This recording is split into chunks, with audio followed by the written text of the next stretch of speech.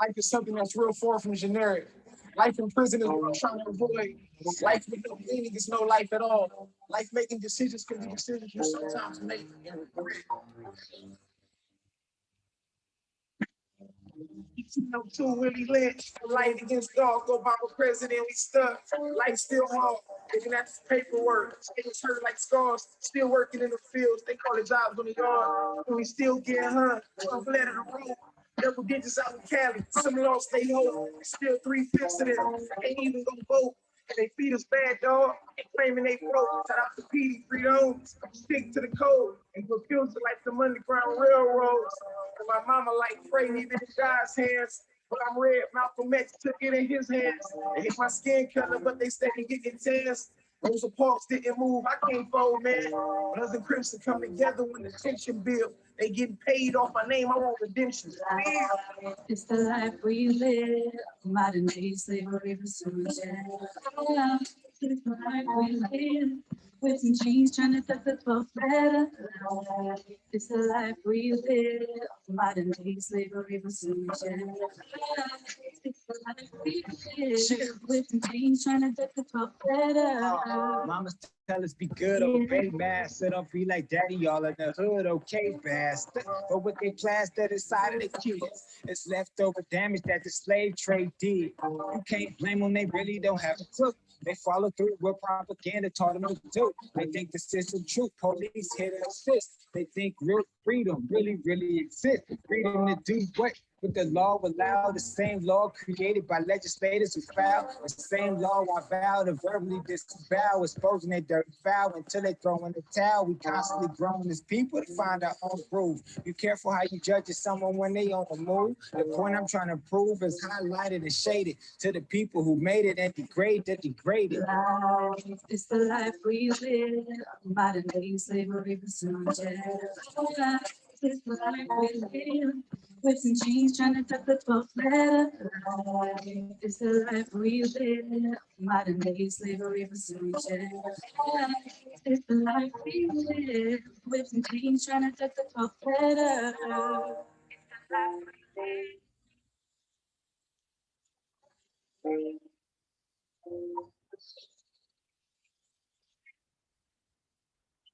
Got 9 to 5 day jobs. My homies doing 5 to 9. Hey, Rob, forever branded cheaters in the game. Hey, Rob, getting older, seeing it the same way they saw, seeing that I'm wasted. Years being wasted off European tasters and gangster performances. I'm honest and mindless sometimes, but sometimes I'm beyond conscious. They palm of the ganja and sharpen up their metal. Scholarship, a rock can't help us. This is prison politics. Prepare for the beef, get served blood for condiments. The police sponsor this criminal consciousness and targeted us for cold room slave auction, plea bargaining, rash snitching for the system, persistent to label us guilty till we pay enough to prove our innocence. Feel me, school, low real time is turn, Wim O'Neill and squealed. Rest in peace, Fred Hampton.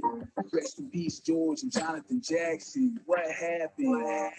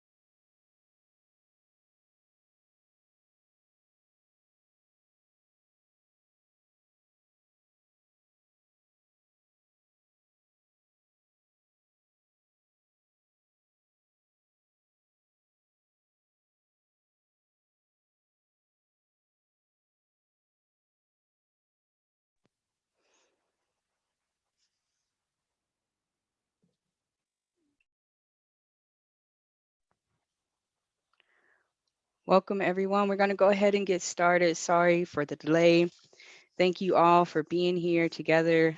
As we begin this space of healing, we always start with an acknowledgement, both for the ancestors, also to acknowledge the lands that we're occupying. So if it feels right for you to just take this moment to close the eyes down, opening this space together, honoring the indigenous peoples who are the rightful owners of these lands that we are currently illegally occupying. And we acknowledge the forced and unpaid labor of those who were enslaved that enabled the start of this country.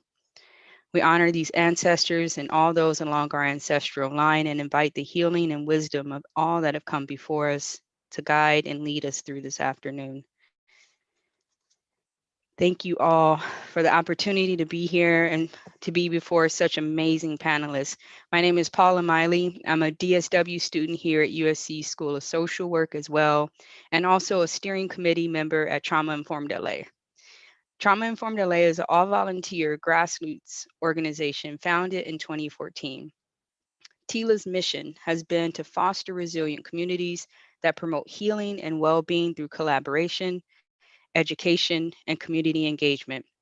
We started out as 10 social justice activists on a rainy day in LA in November of 2014, and now there's over 3,000 folks who have participated. So thank you all again for being here with us on this journey.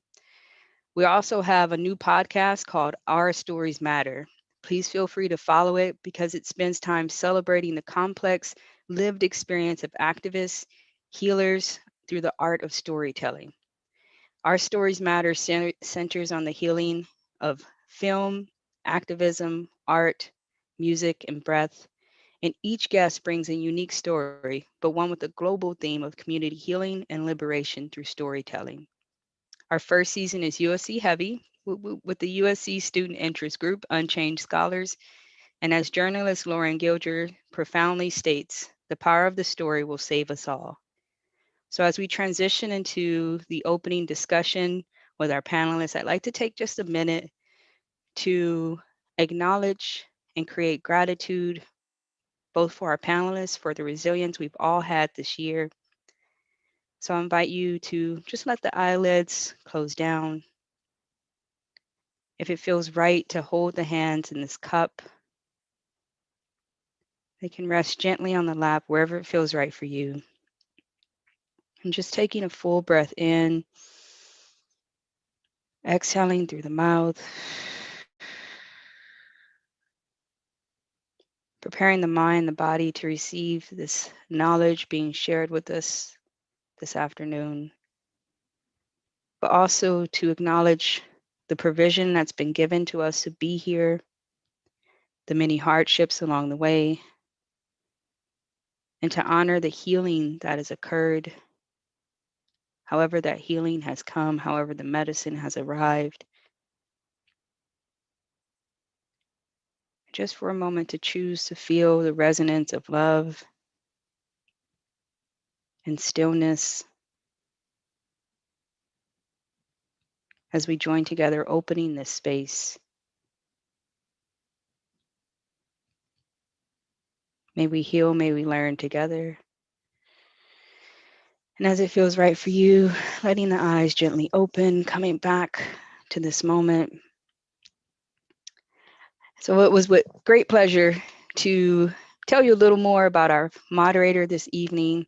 Ramona Merchan is a compassionate leader with over 20 years of experience in public service as a trainer, coach, advocate, and leader. As a doctoral candidate at USC, she channels her passion to develop innovative ways to support vulnerable and marginalized communities. Her current role is in helping to create community and cross-sector partnerships that raise awareness of equity, disproportionality, and disparity for children of color and child welfare. Ramona is a licensed clinical social worker and continues to use her skills to assist in achieving authentic community care opportunities and continues to use her education and experience to promote equity in the Black community. Ramona has lectured and trained on various topics in the areas of child welfare, racial equity, leadership, and trauma. Please help me welcome Ramona Merchan. Thank you to my little sister and colleague, Miss Paula Miley.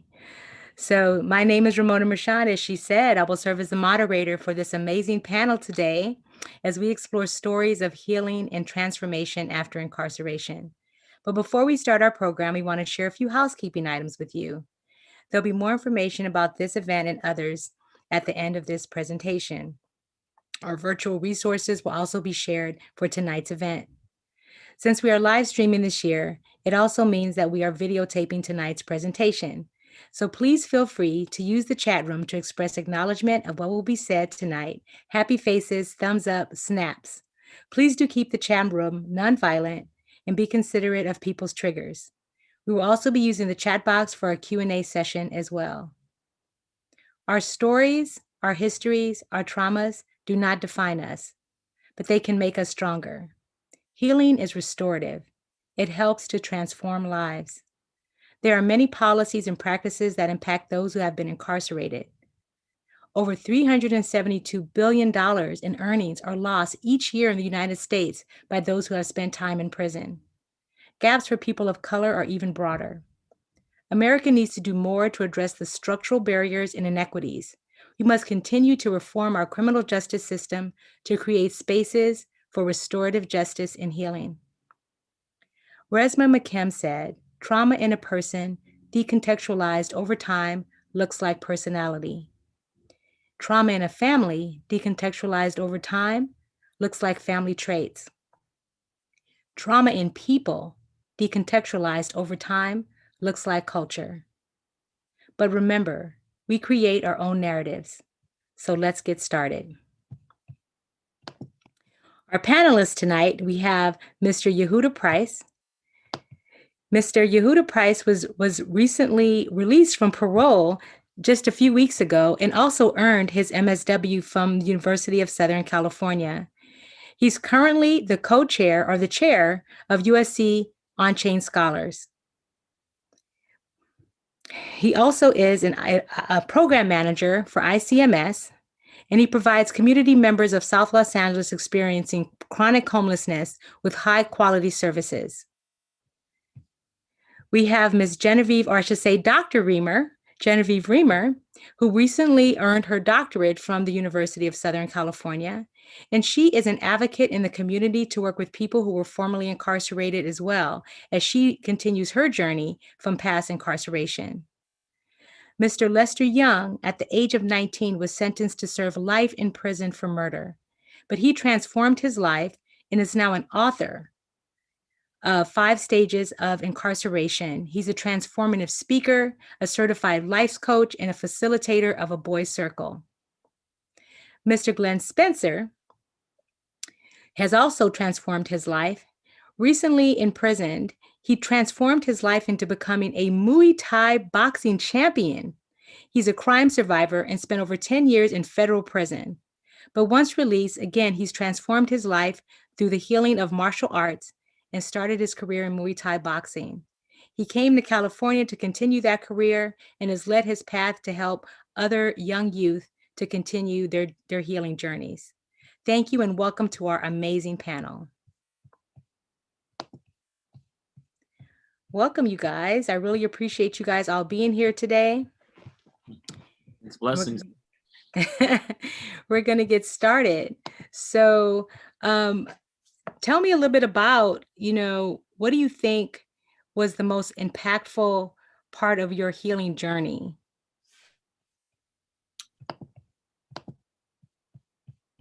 I guess I go for me. We have I would just say the most impactful process for me in my healing journey was just me being able to process it in a different environment outside of prison. I don't really believe I healed until I was released from prison, because inside of prison, I had to what I always say, I had to disconnect my emotions, my feelings in order to survive in prison.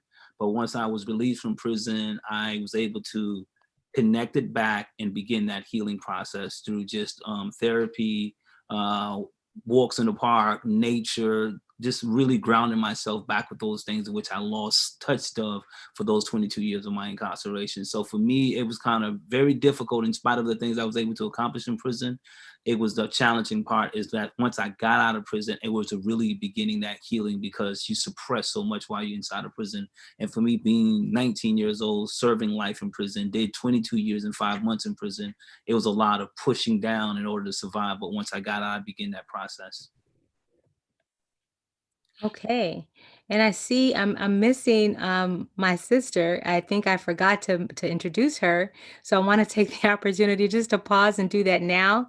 Miss Lanisha Edwards is not a formerly incarcerated person. However, her family has been greatly impacted by the carceral system, and she is an advocate to help to change policies and practices that impact people who have been formerly incarcerated. So I want to welcome my sister and colleague, Lanisha Edwards, to the room as well. So does anyone else want to give some input in regards to what is the most impactful healing part of your journey has been for you? I'll go behind Lester. Like he said, I agree with him totally. My healing work started after I came out, after I was released, because I had detached myself from, the savagery of being locked up, because, prison is a very hard place to be. So the healing process, when I came home and I saw, because of my stature, where I was at and the way that I changed, especially with my kickboxing, the other youth get to see I knew the change. And it was good for me to see the youth eyes for another route.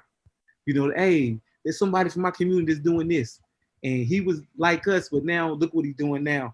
So I started healing from that, and it made me more proud, and it made me more aggressive to be better to what my career was in Muay Thai kickboxing.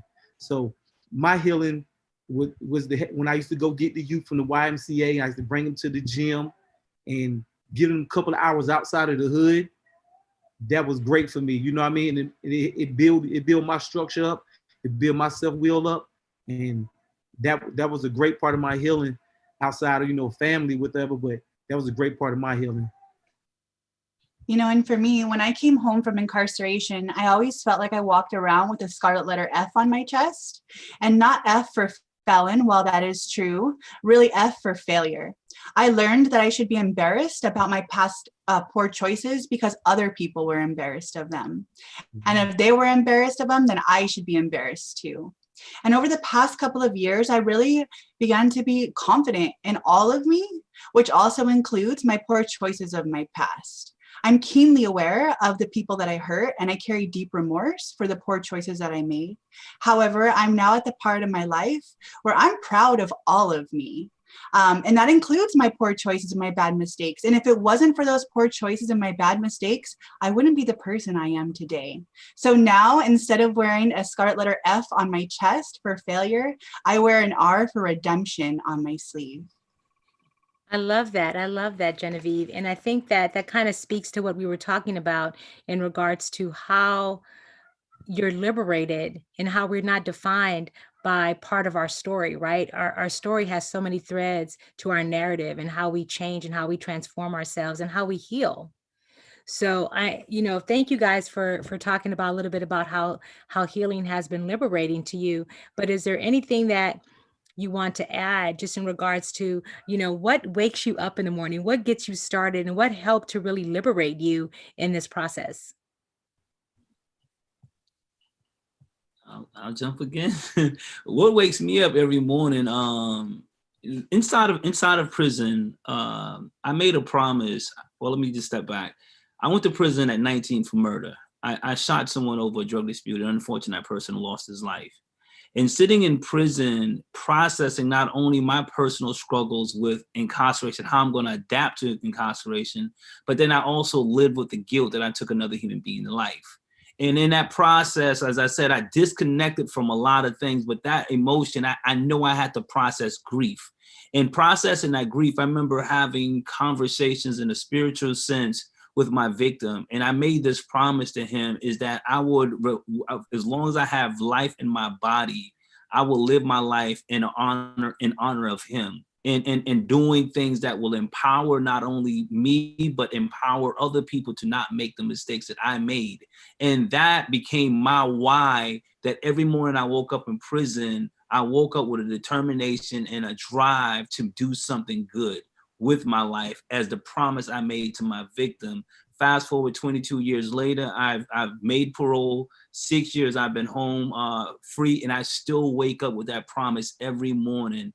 Every day, that everything that I do in my path to redemption is about me honoring the life of a human being that I took over a drug dispute. So that's my why, and why I'm motivated and getting up every morning is to do something that is going to inspire someone else not to make the mistakes I made. That's beautiful. Yehuda, what does healing and transformation mean to you? Well, healing and transformation means to me, well, let me start off with the stark reality of what the experience of many people is prior to incarceration. I think the panelists touched on this. Studies have shown that 50 to 90% of people incarcerated have experienced some form of trauma prior to being incarcerated. And that trauma is only compounded by the brutal reality of incarceration itself, which compounds that unprocessed trauma by adding a whole existential milieu of this perpetual potentiality for trauma, right? You have this constant sense of anxiety that it's not imagined, but there's a real potential threat out there and you have to be on guard. So a sort of complex trauma forms. And then there's the trauma of transitioning from an incarceration experience to achieving self-efficacy in a world that we are still legally determined to be second-class citizens. And what I mean by that is that's inherent to the status of one who is on parole or probation. We are literally second-class citizens. So healing and transformation to me is for us to address that trauma. It's creating conditions and resources that seek to heal a person's trauma prior to someone being incarcerated. It's creating conditions and resources that are conducive to minimizing the trauma while incarcerating, while simultaneously processing that previous trauma that the individual faced. And it's creating conditions that change the punitive stigma assigning collateral consequences to community members who return to their communities. Like healing and transformation to me means reclaiming our full human right to pursue life, liberty, and happiness.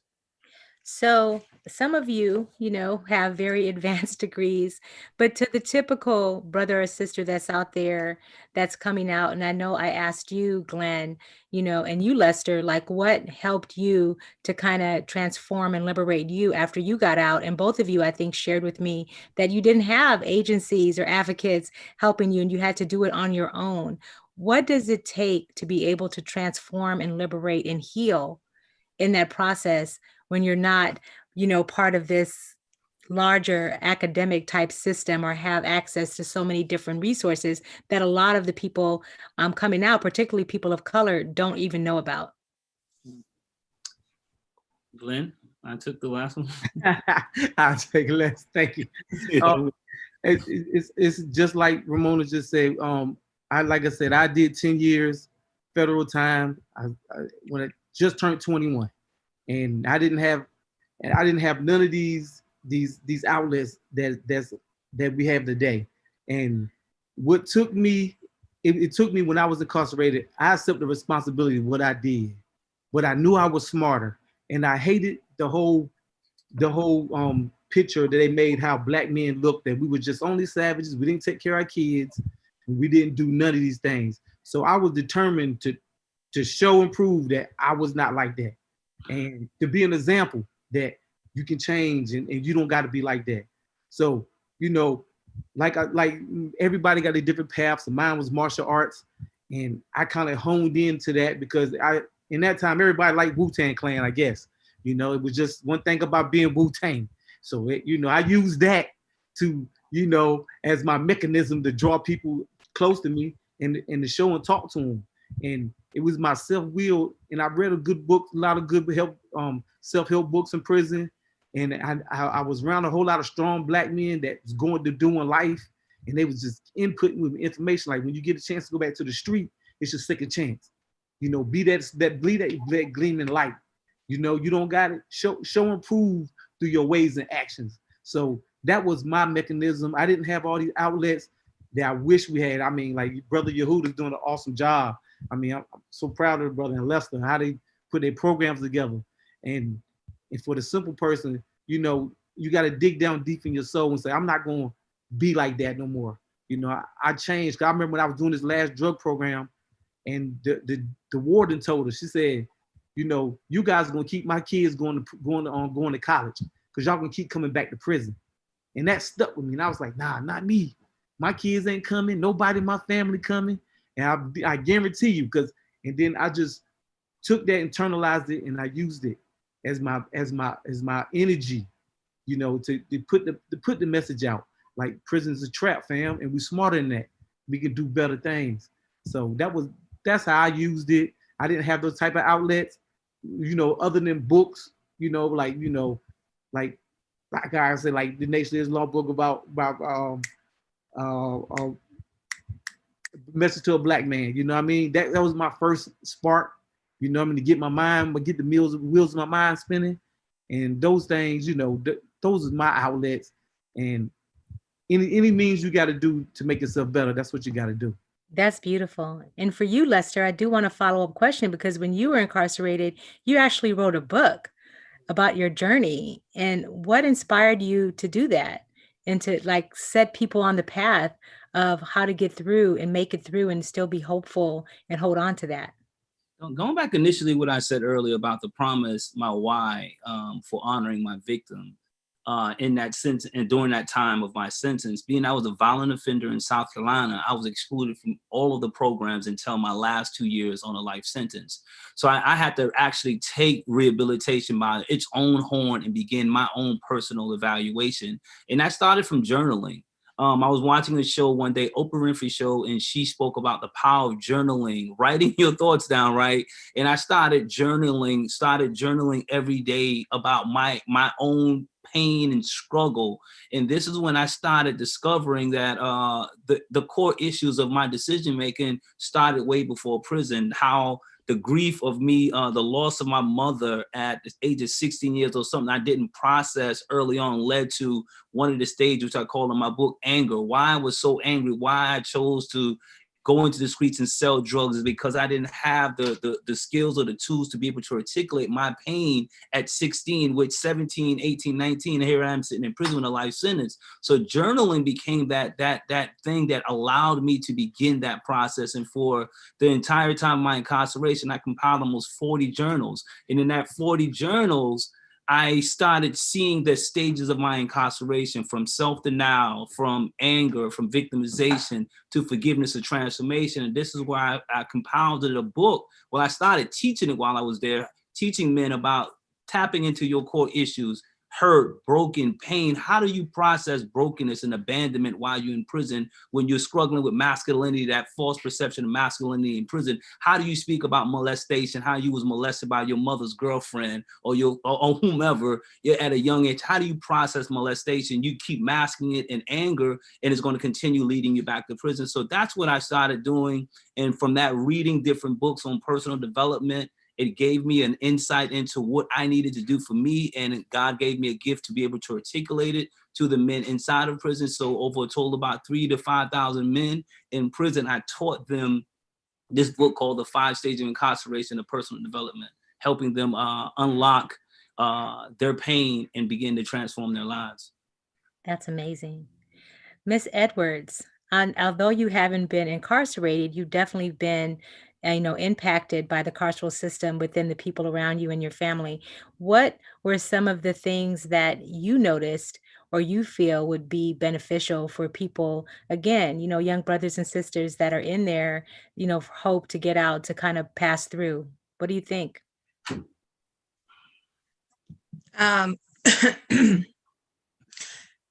I really don't try to speak from like the impacted person's lens, because I've never been incarcerated, right? I only can speak from the lens of a family member, being someone who has had a father who has did 25 years under 3 strikes, who came home last year after winning his writ of habeas corpus, which is like a real big thing out here in Los Angeles. And then having 5 brothers, 4 of which have been to prison and 2 of which have been murdered, right? So all I can speak from is like a place of real trauma. in a space of like, I was telling somebody like, hey, for my class, I have to read the new Jim Crow, right? Which talks about the war on drugs. And I'm sitting there like, why? I don't have to read this. Like, I live this. This was my life.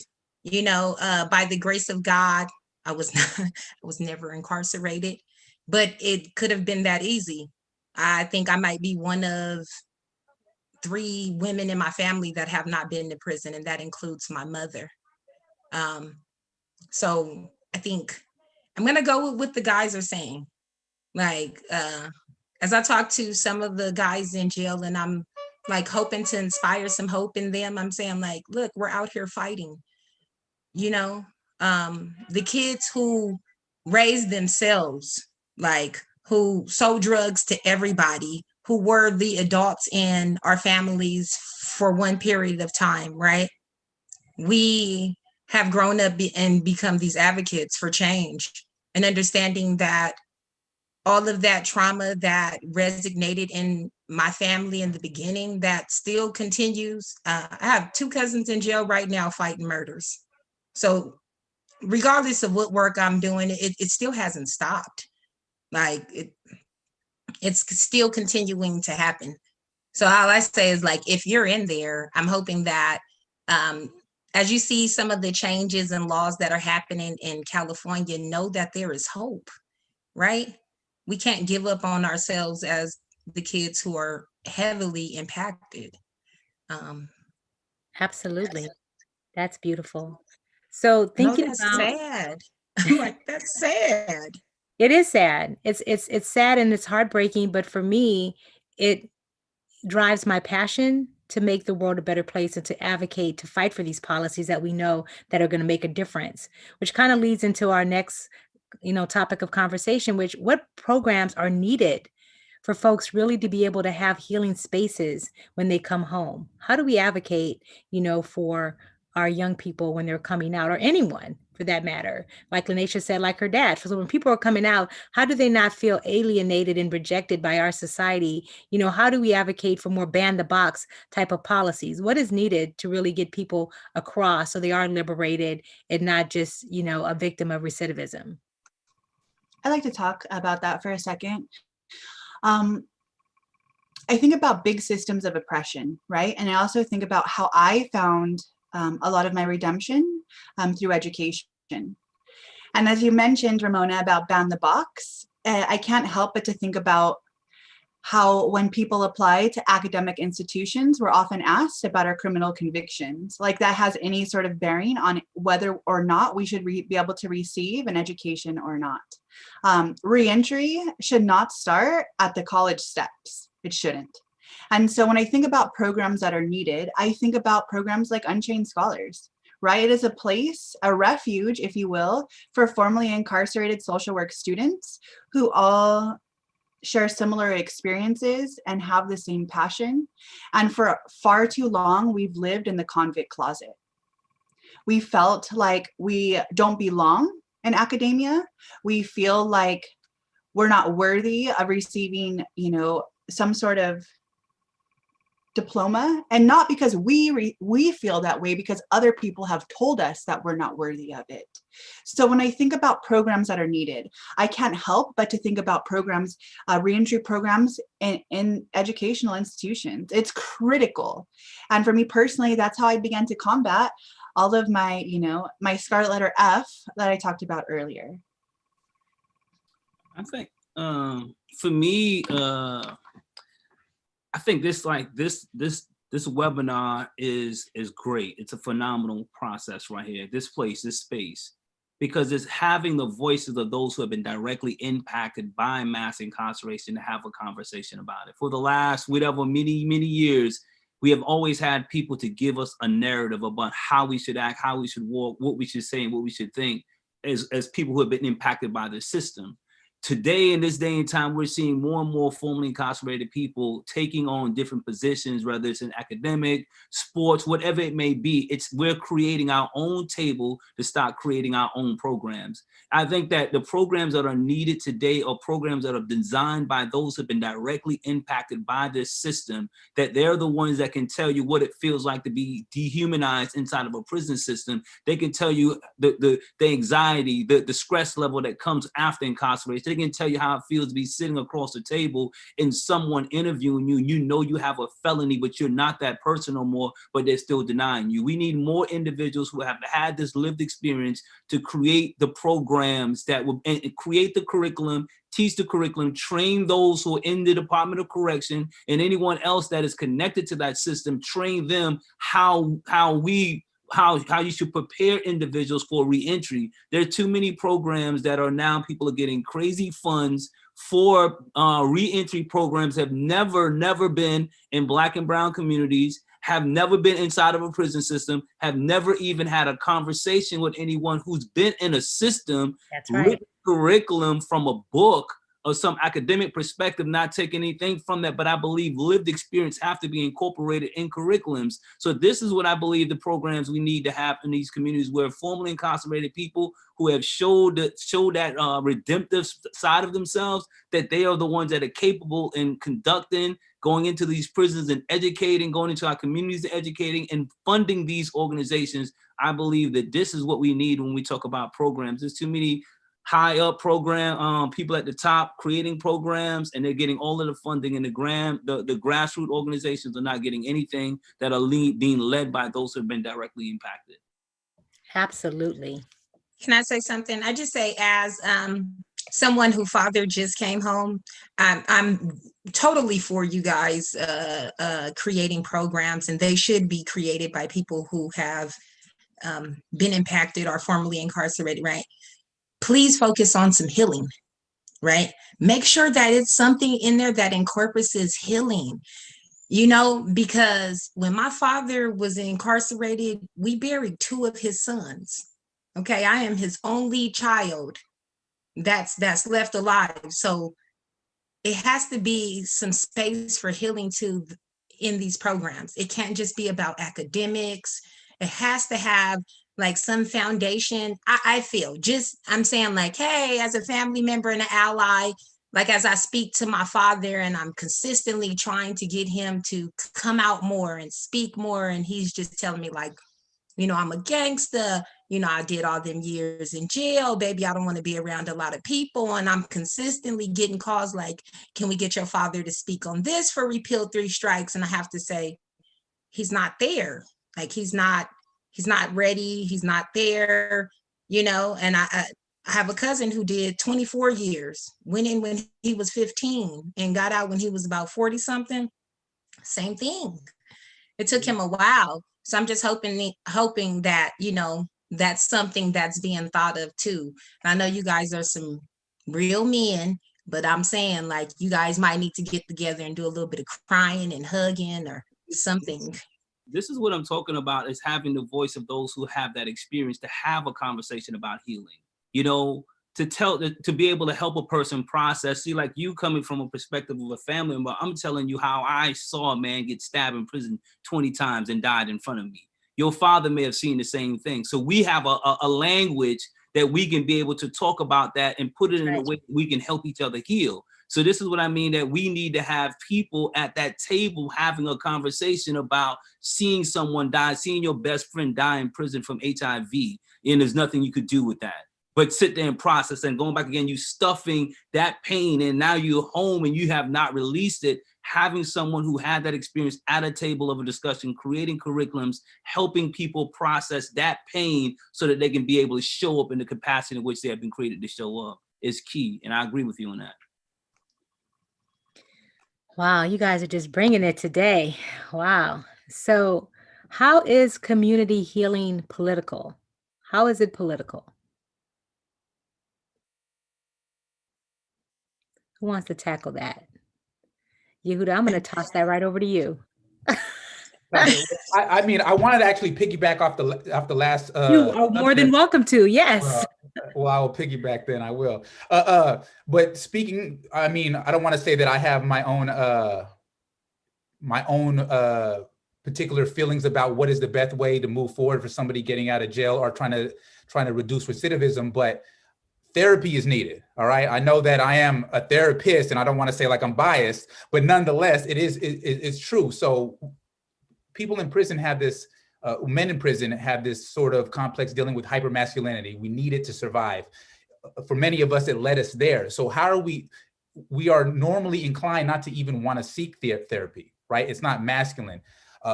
Even to what Lester speaks of, yes, it's good to have people with lived experience at the table and to facilitate these sort of discussions, but you still need that one-on-one therapy.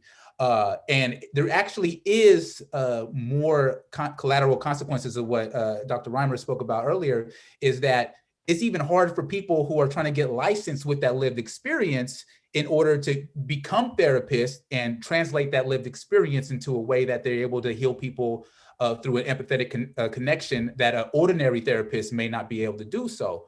So on a lot of different levels, it takes that policy level. That's state-wise, right? We have laws passed, but in practical effect, is that being carried out? It's also creating a culture where men in general, but specifically men that are coming out of prison, find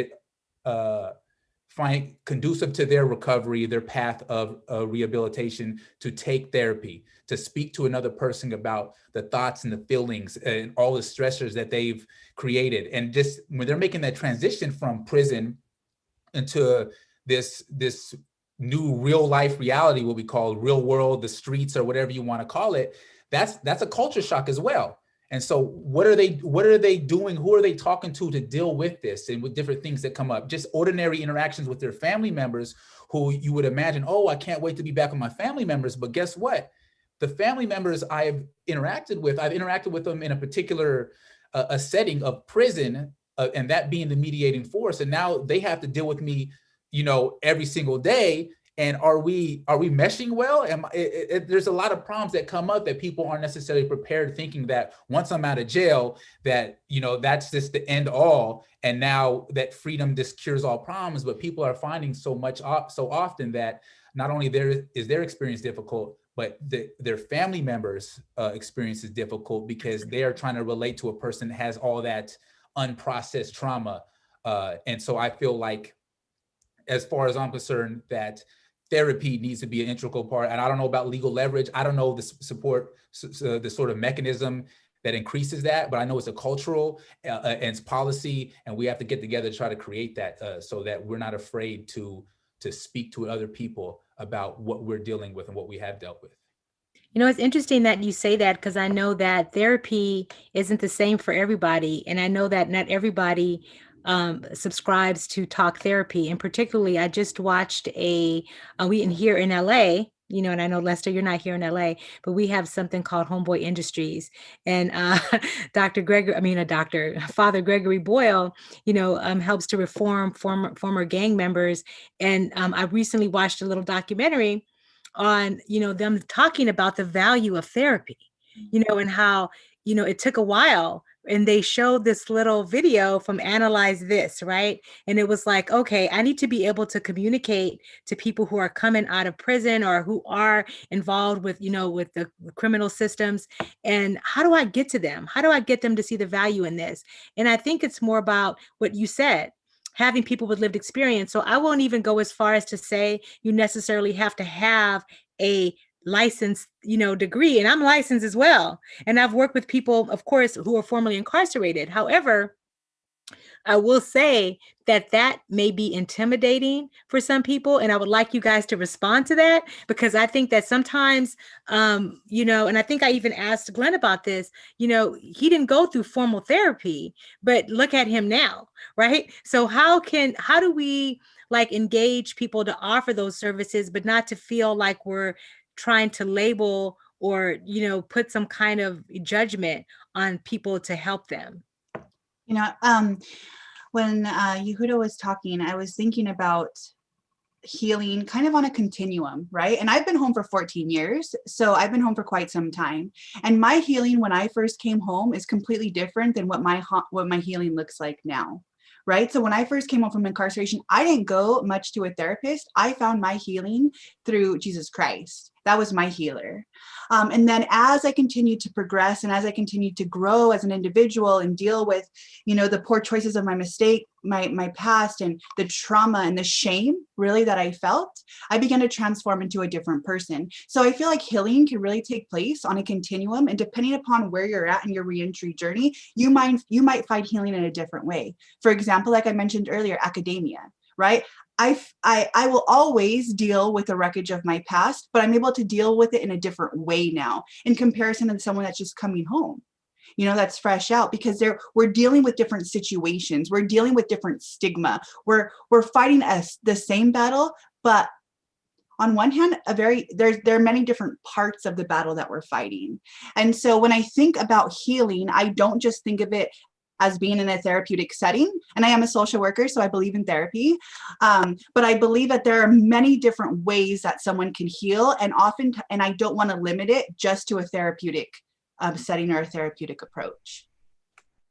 So Glenn, how did you, I know I talked about the fact that you said you didn't go to a therapist or agencies. How did you come to heal yourself, within yourself? Yeah, I understand what Lester and YP is saying is true. Like when you come home, it's hard to sit down and talk to somebody, especially fresh out.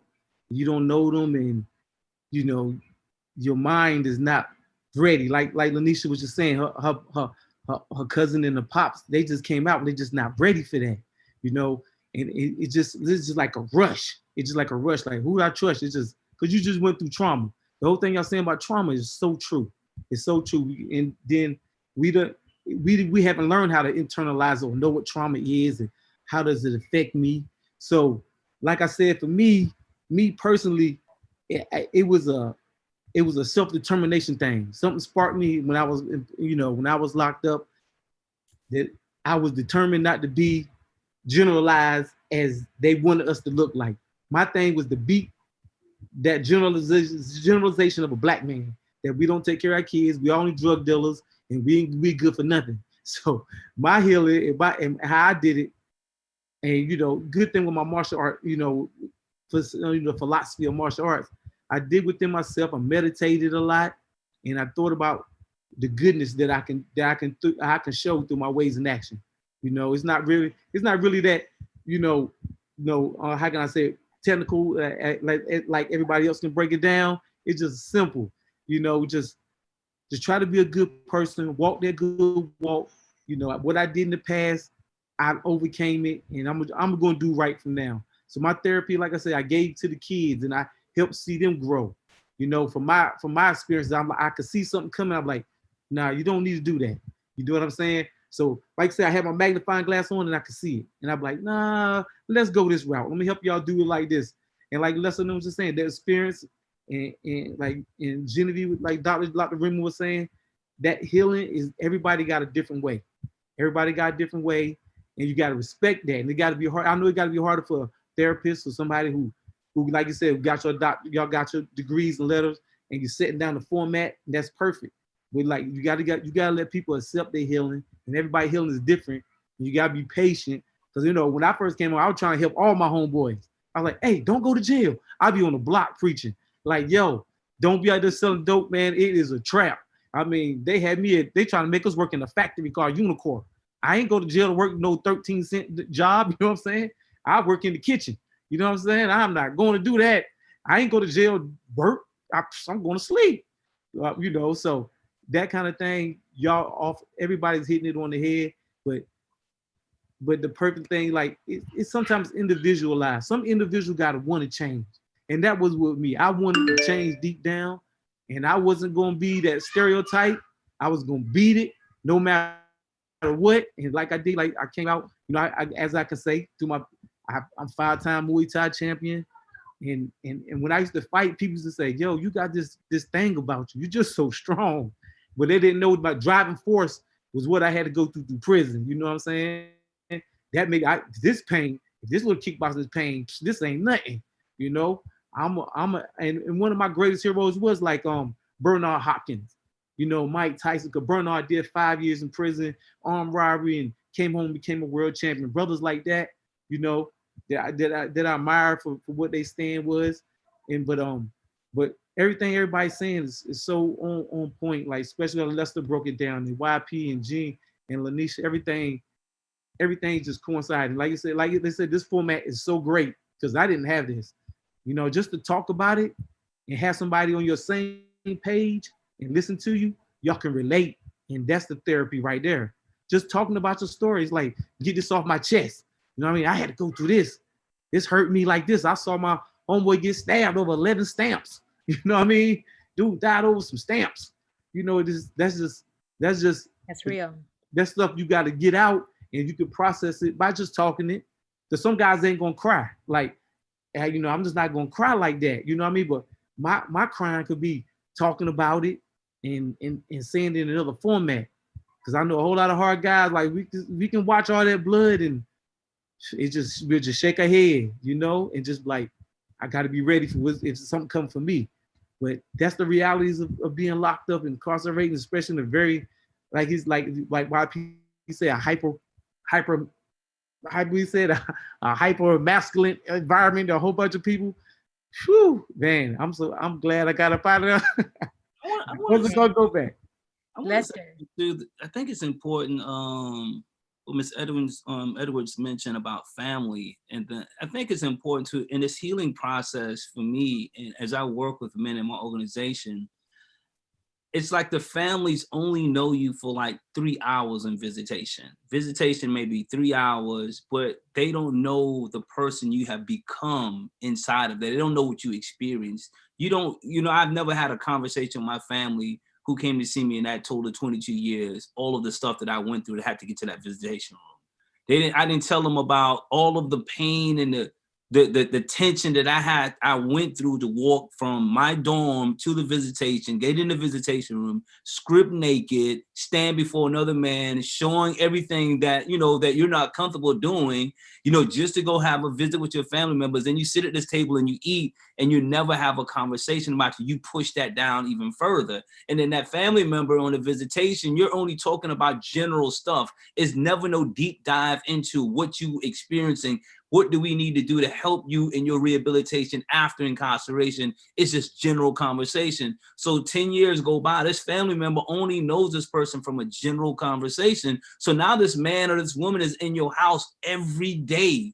And now you're going to start seeing a completely different side. And some family members, a fear comes up because now they're seeing certain signs of this person aggression and anger spilling out over a short period of time. So I think in this healing process, we have to also consider not only the incarcerated person returning home from prison, but also how do we help the family cope with this in this process as well, because all of that's part of the therapy and the rehabilitation when you and your family are able to heal together. A lot of men and women I know have gotten out and got into relationships and only another way of masking the pain versus trying to heal the pain. So this is something we do. We attach to something to only survive and not process it. So when we talk about real healing, we don't need to be in relationships just to continue to mask the pain. We need to be in relationships to help us heal the pain so that we can continue to thrive and be the human beings that we are needed to be, whether that's in an intimate relationship, marriage, your mother, your father, your brother, your sister, your kids. There's a lot of pain there, and you have to process that in order for you to continue to show up. So that's just something I just believe that we have to look at on these two scales when we talk about healing. Wow, absolutely. Wow. All right. So what advice would you give to folks coming home around their healing, or even folks that are still incarcerated? How do we engage and communicate a healing process for people?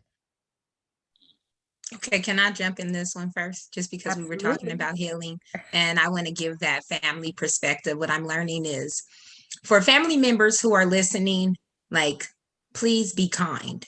Like, be kind to yourself and be kind to your loved ones that are coming home. What I've learned just having conversations with my father is that he will beat the hell out of himself more than I could ever. he still is recalling things I said 25 years earlier that I do not remember. Just about like, Daddy, please don't do this, or Daddy, you don't have to hurt that person, or, you know, because my dad is a thug. So he remembers certain things that when he says it to me, it hurts me so much.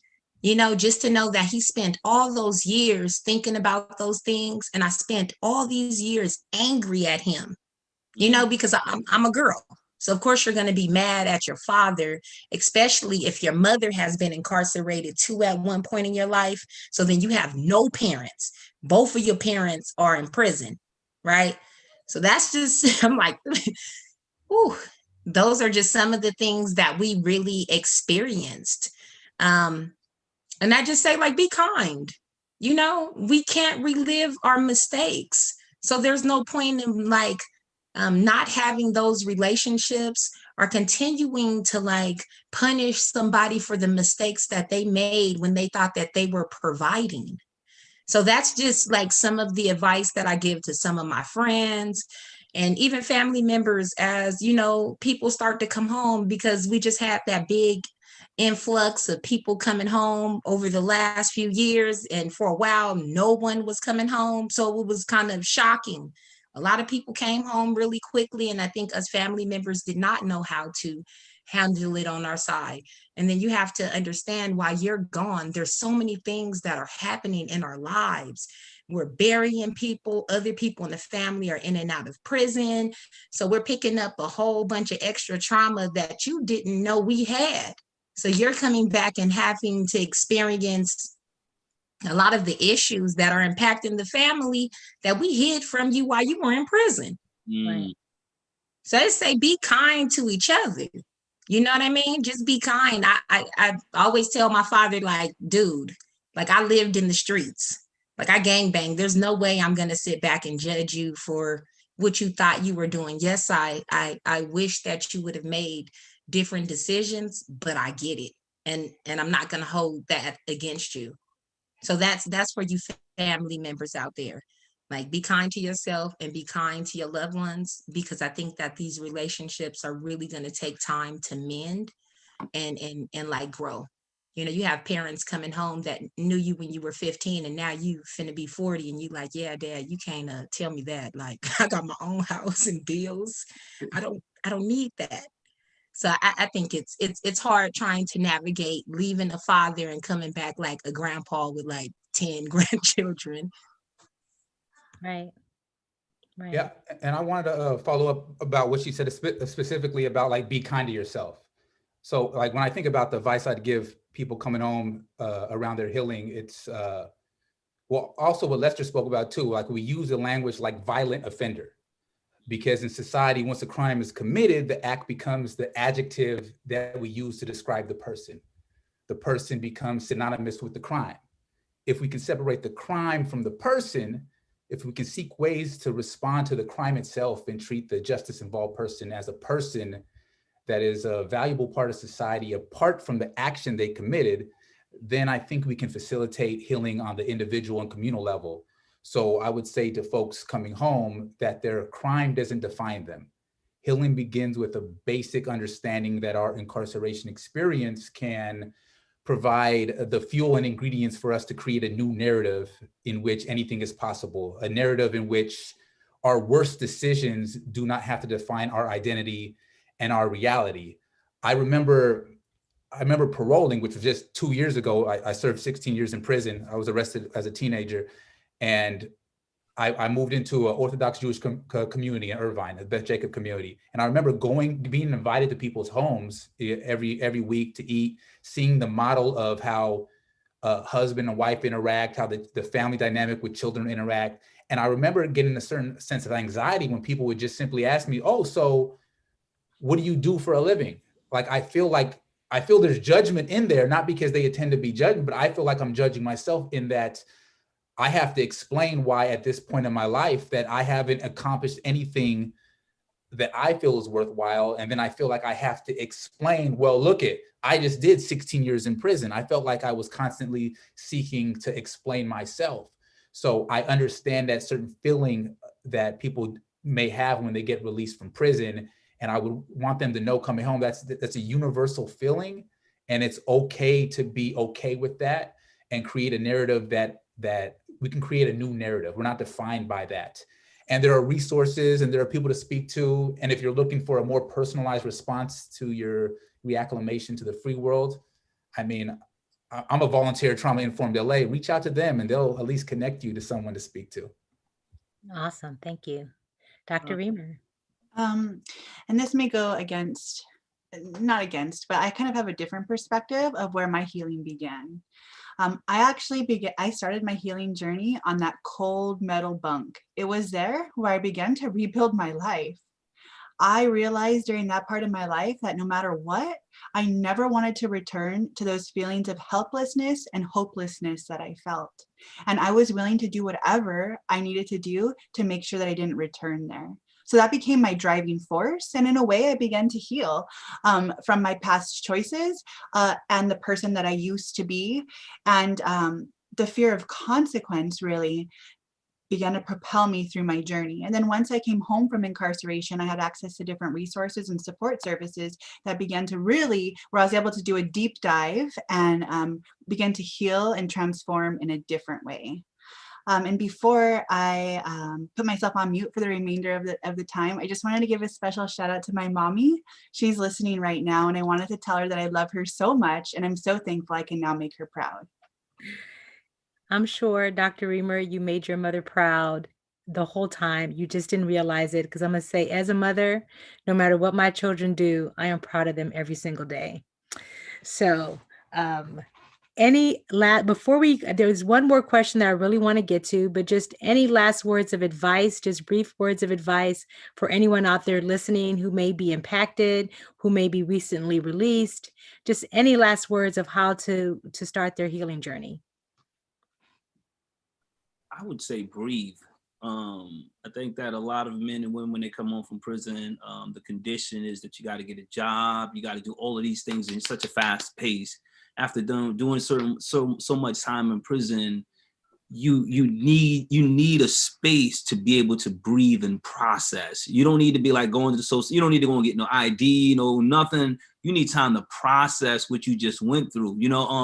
And too many of us, when we come home, we immediately want to go and get a job the first week out of prison, and you going into an environment, a whole new work environment that you're not even accustomed to. You haven't even processed your trauma and your anxiety. Now you're going into a workforce that's going to even add more attention to it. So I would just say, if we had policies, create policies for parole, it should not be a condition that as soon as a person walk out of prison that they need to get a job within 28, 24, within a week.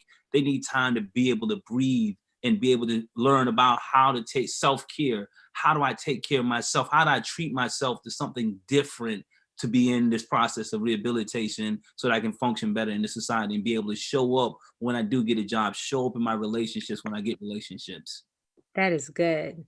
Glenn, did you have a response to that? Any advice? Oh man, I just want to add on to what Lester was just saying. When he said breathe, I said, just be grateful you out of the belly of the beast. You made it out of the hard school of knocks. You made it out that school. So like you said, be happy you out. Take time to reflect it. Everything ain't gotta be a rush. Process it and just give thanks to your family. You just made it out, you're alive now. It's time to refocus and redirect.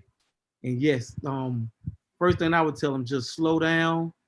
Like that Grand Pooba song, slow down, just sit there and just formulate your plan and accept the love from your family. Like y'all was saying, family's a big thing, a part of your healing. And then just take it one day at a time. Wow. Thank you. So before we get to the questions from the audience, I have one last question that I want Lester and Lanesha to respond to kind of discuss the current California and South Carolina. You guys both recently worked on some policies advocating for change, and I would like you guys both to discuss those a little bit. So Lester, can you briefly talk about what's been going on with South Carolina and the things that you were advocating for? Oh, cool. Yeah, one of the things that, like every individual, when they're returning home from prison, they have this scarlet letter and they have 48,000 collateral consequences attached to their felony conviction. And one of them is employment. This is, again, a condition of you being released from prison on parole or probation is you have to have a job.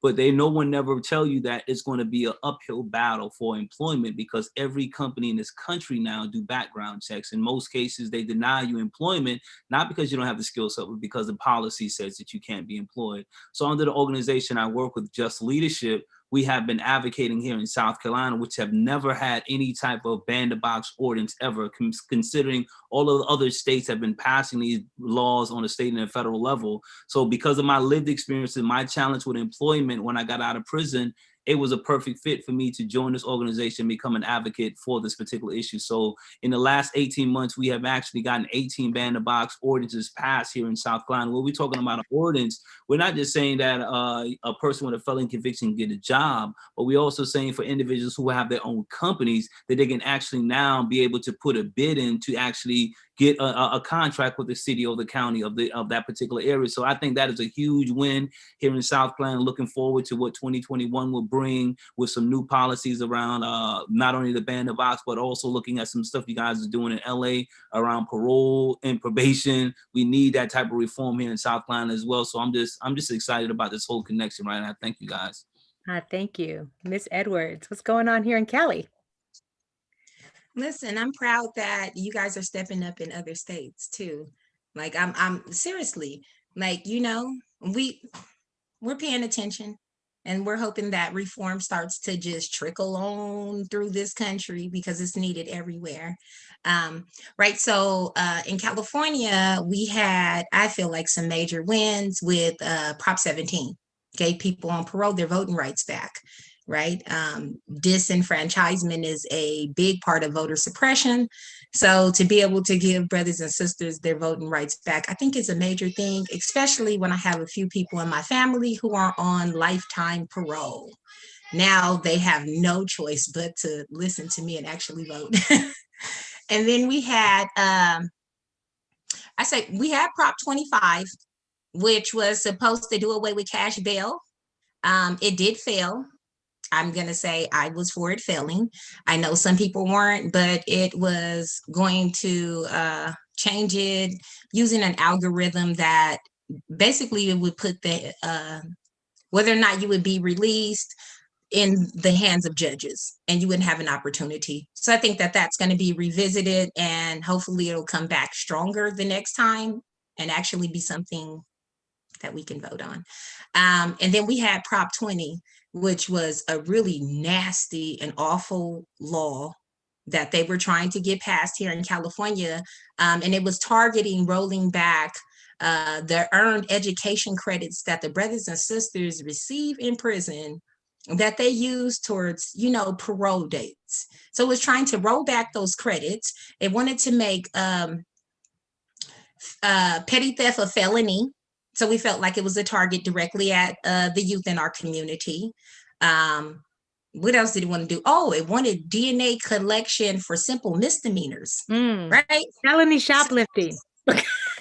Felony shoplifting, you guys. Okay. Unbelievable. $200 or more. They were going to take it from $950 to $200. So for me, I'm like, okay, that's all of the youngsters in the communities. I really feel like youth should not be stealing, but you should be allowed to make a mistake and not have to be saddled with a felony because of your mistake, right? So that was defeated by a margin of 64%. Like I was so yes, I was so happy because I have a teenager. I personally thought it was Lanatia's efforts single-handedly, but no, thank you for your work. It was a whole work. coalition of people. It was a whole coalition of people across California, and we did a lot of educating people and a lot of fighting with certain survivors who seem to feel like a Black woman who has buried two of her brothers, who has gotten shot at, who has been in a domestic violence relationship is somehow not a survivor, but that title is to be monopolized by a certain population of women because we are not for tough on crime, because we are for getting at root causes, because we understand that policy is the problem of mass incarceration and that it targets our communities, and that we are the impacted people on the trauma side and the incarceration side. We tend to Absolutely. be one and the same. Thank you. So we have a few questions, as I said, from our listeners. And the first one is, do any of you have experience rebuilding and healing relationships with your children, particularly if any of your children went into foster care while you were incarcerated? Can I mention something really quick before anyone answers that question? I also wanted to mention AB 2147, which was a bill that was passed a few months ago that's going to go into effect in January. And that allows people that have been, that are coming home from California's fire camps to actually be able to pursue a career in professional firefighting. I think that's critical. We have people in our fire camps that are getting paid nothing and that are fighting the fires on the front lines alongside of the firefighters. And yet when they come home, they face severe collateral consequences, which do not allow them to become firefighters. So beginning January 1st, not only are they able to appeal for an expungement, but they're also able to get termination from probation or parole early. So I think that's a huge win. That's really cool. Sorry, I didn't mean to jump in there, but I think that's also critical. That's okay. That's all right. That's all right. So does anyone want to respond to the experience in rebuilding your relationship and healing with your children? We got no answers there. Okay. I only can speak on the part of the child. I can only speak from that lens of, rebuilding that relationship with my father, because like you said, we don't know each other. He has no idea the things that we've experienced while he was gone, because I don't think that anybody was writing him or he wasn't calling like that to understand, kind of like what's going on. I think it's complex, because I think that maybe your parent may be stuck mentally, not stuck, but just seeing you in a certain light that they left you in, and they consistently recall stories of like junior high or that point when they last left, and you have to constantly remind them like, yeah, I'm not 15 anymore. Not saying specifically I'm not 15, but I can sometimes tell the reactions that, like by the reactions on his face, he's not getting, does that make sense? How I'm Right. And I think I don't know. It's hard. It is hard. I think it can be very It's hard. difficult speaking from a child welfare perspective. I mean, I know I've had countless parents who are, incarcerated, and we're trying to figure out innovative ways to, keep that relationship. But imagine for the trauma that the parents going through in the conversations, kind of like, which kind of leads to this next question, if you could think, I know that you guys were talking about the deeper conversations, but it says, do you think if you could have those deeper conversations about the incarceration experience doing visitation, would you have been willing to have those conversations? And it kind of ties into both about relationships. Would you have been able to have those conversations? Because even when we have children who visit, or family members, right, who visit, those are very superficial conversations. How are you doing? Oh, you look nice. This is the weather, whatever. What would that look like if you could have the deeper conversations? And do you think you would have been vulnerable enough to do it? I'd say for me, not in a visitation room setting, but you have like an organization called like Vera Institute, where they are actually transforming units where these individuals are going through this process of healing. So their visitation is in the unit, where their loved ones can now have a real deep dive conversation. It's hard when you're at a table with 40 to 50 people surrounding you. I mean, individuals incarcerated with you and their family members, and to be able to become vulnerable. I think the prison system have to rethink how they deal with healing, and that is looking at it and creating space for families to have this deep process, this deep dive in the healing process, where you can scream at me and I don't feel bad because everyone's looking at me. But Watching, yes. I'm in a space where we can have that conversation that begin that healing. I think it makes it easier for an individual in that transition. You can slam the door, you can walk out. About to next week, you're coming back and we're going to still have this real conversation. But the prisons now have been set up like this for the last 30 to 100 years, where visitation and places like that are not set up to heal. It's just to continue to display it, but not really healing. So I believe, like I said, with Vera and a few other organizations now, where they're actually getting units, they're transforming units. They're looking at how prisons across in different parts of the world, in different parts of the country, are practicing prison and reform. And they're practicing it by allowing families to come into a setting to begin that healing once they get out of prison. And if they had that for me, I would love to have had that conversation with my family members. I think it would have made things a little easier in my transition, and because we had those tough conversations and a deep dive into it rather than superficial. Have any of your family members ever spoke to you about what it feels like to actually come in there and visit? That's my question. Yeah, my sisters, I have like 3 sisters, and one of my baby sisters, she had a resentment towards me, not only coming into the prison, but because she felt like I abandoned her as my baby sister. I'm the oldest brother, and I left you. So for years inside of that visitation room, she did not want to come see me. When she did come see me, she didn't say anything. It took me walking out of prison, again, creating that space, because we didn't have that space in prison, but me coming home and being vulnerable and being willing to hear her, not become angry when she told me she hated me because I went to prison, but being willing to be vulnerable and sit in that space and begin that healing for one of my sisters. All of our family members experience that pain in different ways, and we got to give them that space to heal. That's what I said. When a person come home, give them time to breathe and let them connect, not with employment, not with this, but allow them to heal with their children, with their fathers and mothers, so that they can show up in the world, because family member is not going to give it to you the first week you get out of prison. It may be after that honeymoon ride, 2 months later, it's going to be a crashing of emotions. Y'all going to be arguing, and now you're going to find a place to stay, because again, we got to give people a chance to breathe and have those conversations like that. After that honeymoon stage after you get out, man, there's going to be some real conversation that has to be had. Glenn, did you have a comment before I ask the last question? Oh yeah, I got it. I got a quick little story about that. When my nieces were small, my sisters used to say, when they pull up to the federal prison, my nieces and my daughter would say, "Well, we at Daddy's at Daddy and Uncle house." My niece would say, "We at my Uncle house," and my daughter would say, "Well, we at Daddy house." So they would think the prison was my house, because they knew they was gonna stay there for a little while, and I was gonna talk to him, just for a little bit. And they just recognized when they saw the bars in the fence, they just identified that as my house. And I thought it was just funny when my sister said it, and I realized how how it affected them. Just like y'all said, going to that one question, when I first caught my bed, I just had a baby girl. She was born in December. I got locked up in November. So when I came home, my daughter was 8 years old. So the transition to try to talk to her, I just tried to ease into it. I didn't try to force it.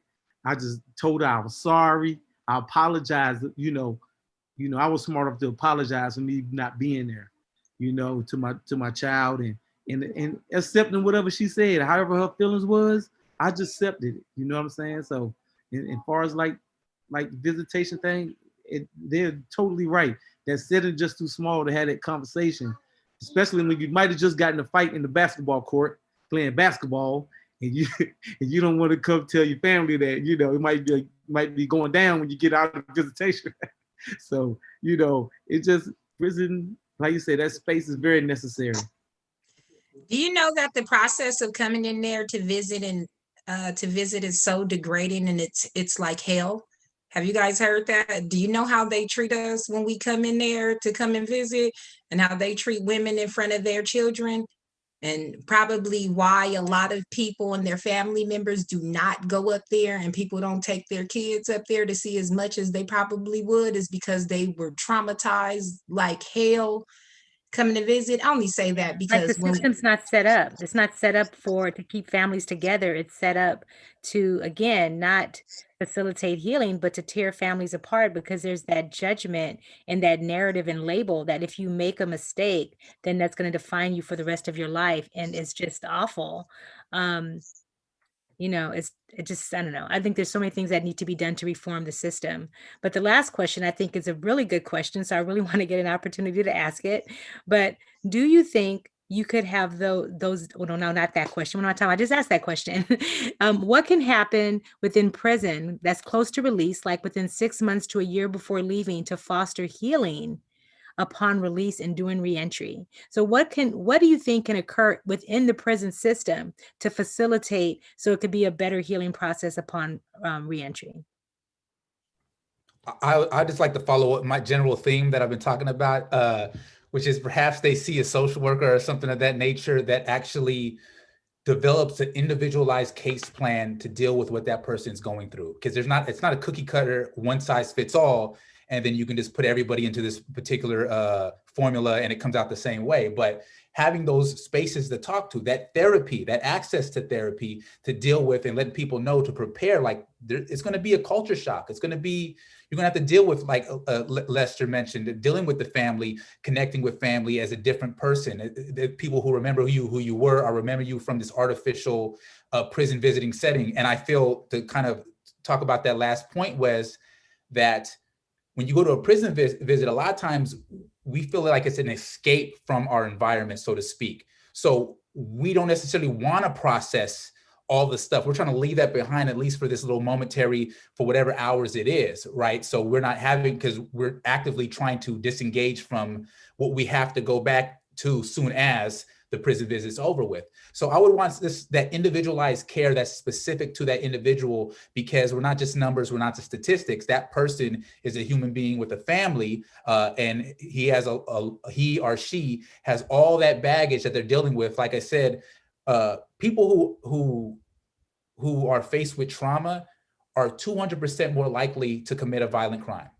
All right. So we have this connection to trauma. And so I'll keep on going back to the trauma before prison, the trauma during prison, and the potential, the trauma of reacclimating back into society. So we need people to develop an individualized case plan with them. Therapy is part of that component, and linkages and referrals to extend that care upon their release.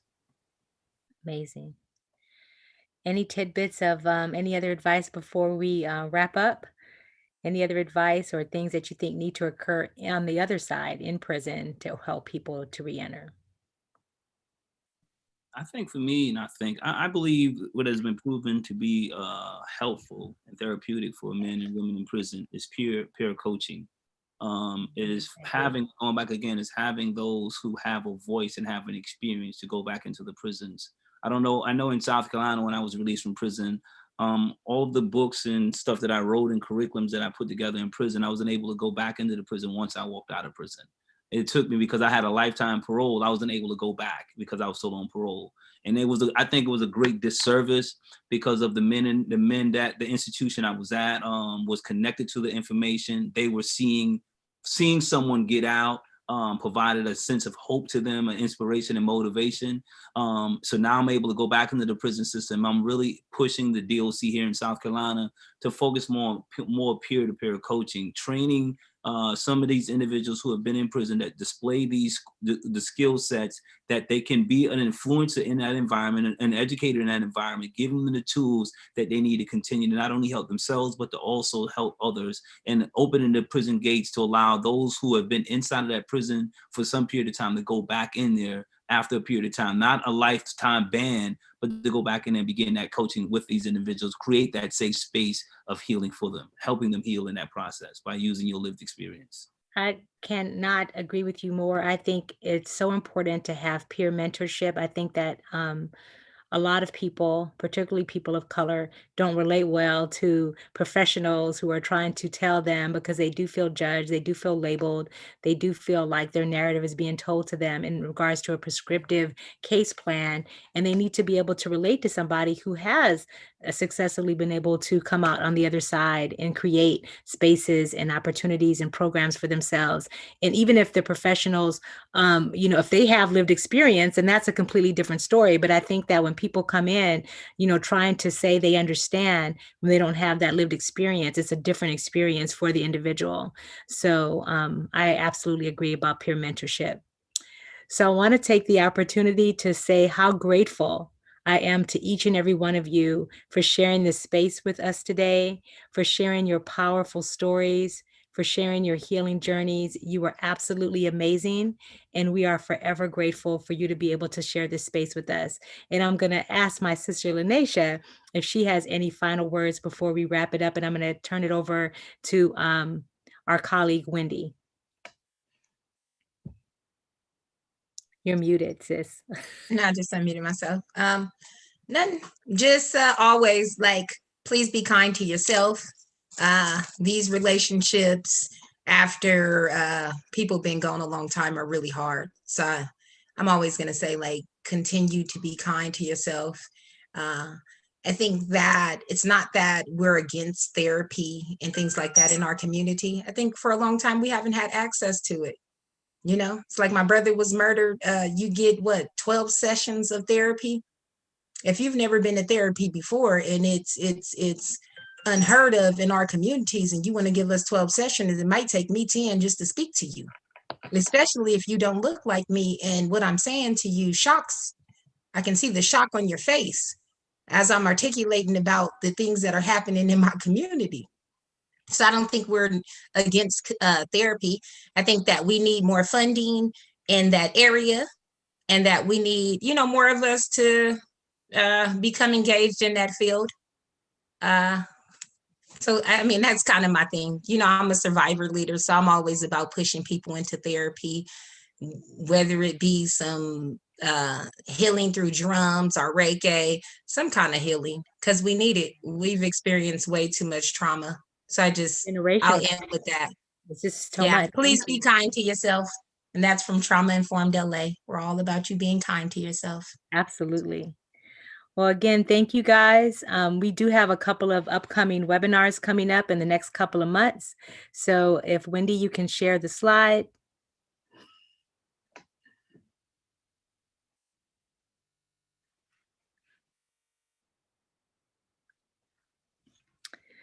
So in January, we know that we have been through so much with this election and where our nation is right now in regards to racial healing.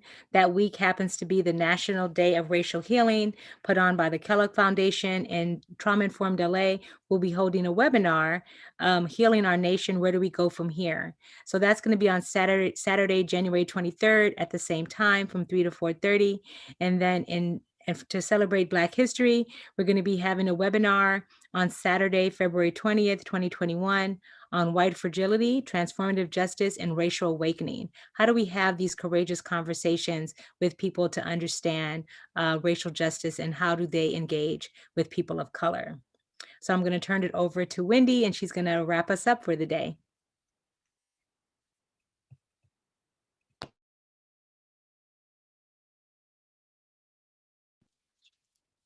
Thank you all for attending this evening's presentation. Before we go, I would like to take a moment to share some of the work that we did this past week for Giving Tuesday. Giving Tuesday is a day that encourages people to do good. It's a global generosity movement to unleash the power of people and organizations to transform their communities and the world.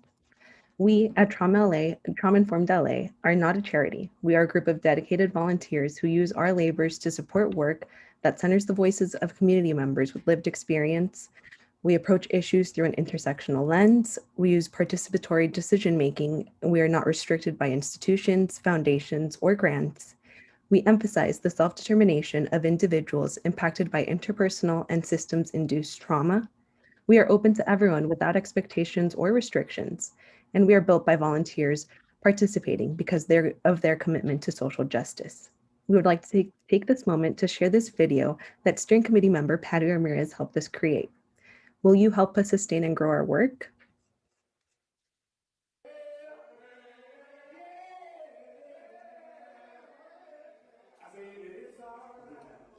I support Trauma LA because people need to know that trauma is caused by social injustice and historical disparities. And where there is trauma, there is resilience.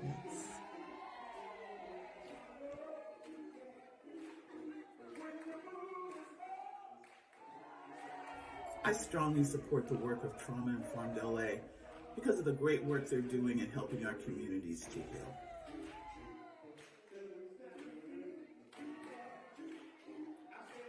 I support Trauma Informed LA because Our Stories Matter podcast tells the story of the underdog.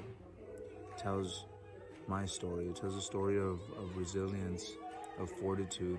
It tells a story of my neighbors, of my family. It tells the story of Los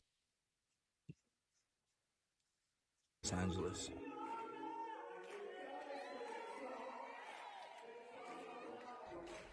I support Trauma Informed LA because Our Stories Matter podcast fosters collective healing one story at a time. And as Monique Moore stated, healing happens in community, not in isolation. I'm Deirdre from Unchained Scholars, and I support Trauma Informed LA because it promotes healing and the truth of who we are as a strong and diverse community.